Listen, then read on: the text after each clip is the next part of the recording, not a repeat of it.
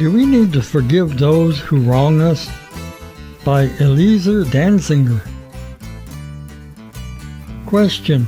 I know we are to reconcile ourselves to God and our fellows for our transgressions.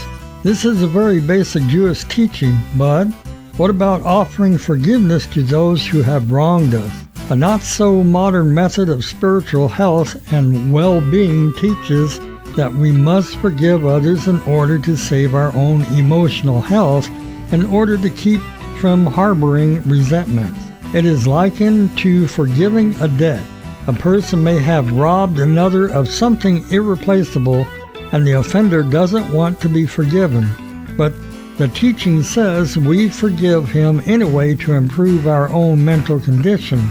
I would like to know how Judaism and Hasidim in particular views this teaching, as I practice this principle and find it to be highly effective. Answer.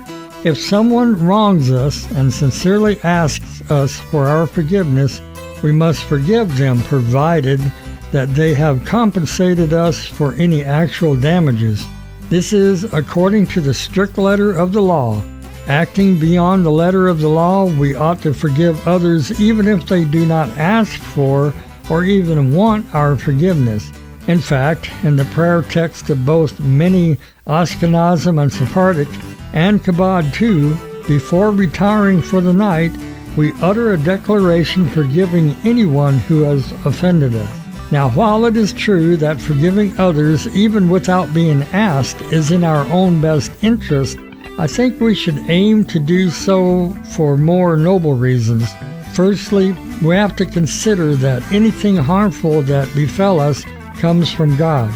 As such, the person who has hurt us is merely acting as God's agent. So we can only be upset with him for having chosen to be God's agent. Reflecting on this idea should already lessen any hard feelings we have. Secondly, just as a mother, for example, forgives her child without being asked, out of love for her own flesh and blood, so too should we strive to forgive others for their wrongdoing, simply out of love for members of our same family.